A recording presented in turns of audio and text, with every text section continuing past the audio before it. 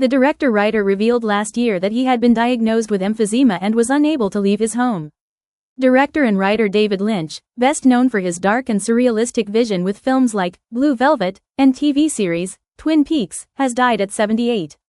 His family confirmed his death in a Facebook post, writing, "It is with deep regret that we, his family, announce the passing of the man and the artist, David Lynch.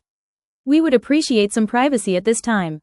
There's a big hole in the world now that he's no longer with us," the post continued. But, as he would say, keep your eye on the donut and not on the hole. In a statement to Fox News Digital, Steven Spielberg praised the visionary director. "I loved David's films. Blue Velvet, Mulholland Drive, and Elephant Man defined him as a singular, visionary dreamer who directed films that felt handmade," he said.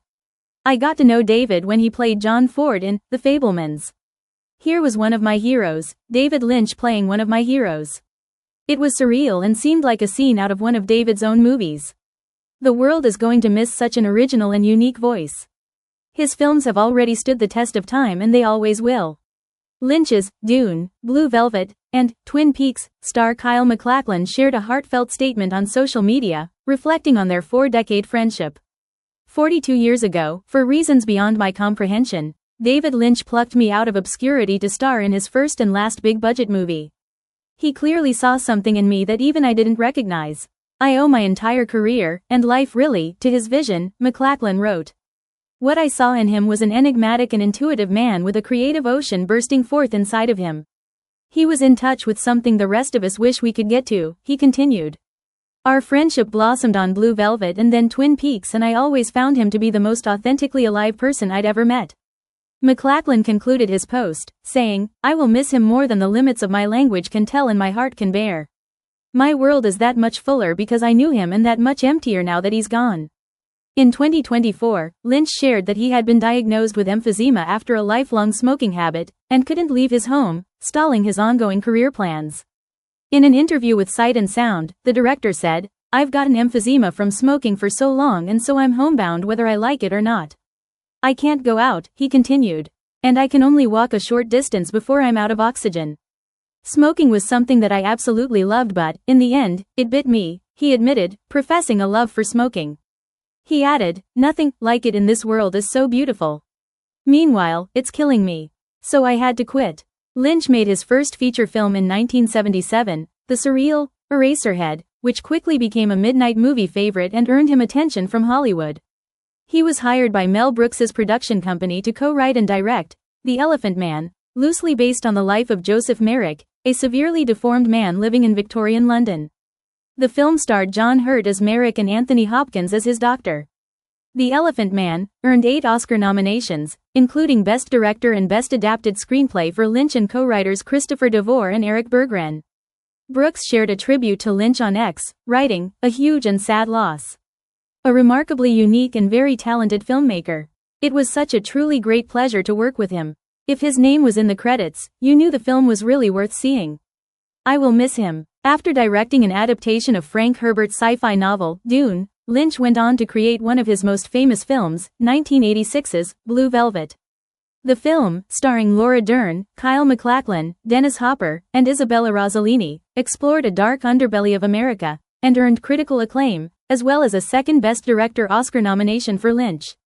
Reflecting on the film, and its controversial subject matter, Rossellini, who was in a relationship with Lynch at the time of production, said, "I'm glad Blue Velvet was directed by David Lynch. It's one of his best films. He's such a great author. I think my character was the first time we did an abused woman, a portrait of an abused woman, but also she camouflaged herself behind what she was asked to be, which was sexy and beautiful and singing, and she obeys the order, and has also victimized it. That's." Lynch next moved to television, creating the groundbreaking series, Twin Peaks, in 1990.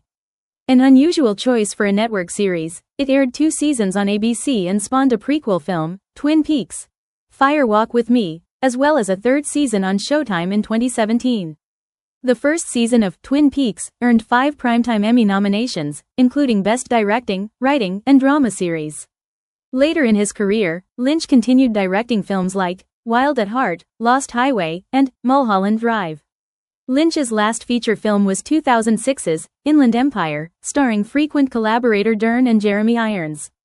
In a 2018 interview with The Guardian, Lynch addressed his surreal storytelling style, leaving audiences to figure out their exact meaning for themselves. "I don't ever explain it. Because it's not a word thing. It would reduce it, make it smaller," he told the outlet. Last year, Lynch was still looking to complete a few projects, including his long-in-development screenplay, Antelope Don't Run No More.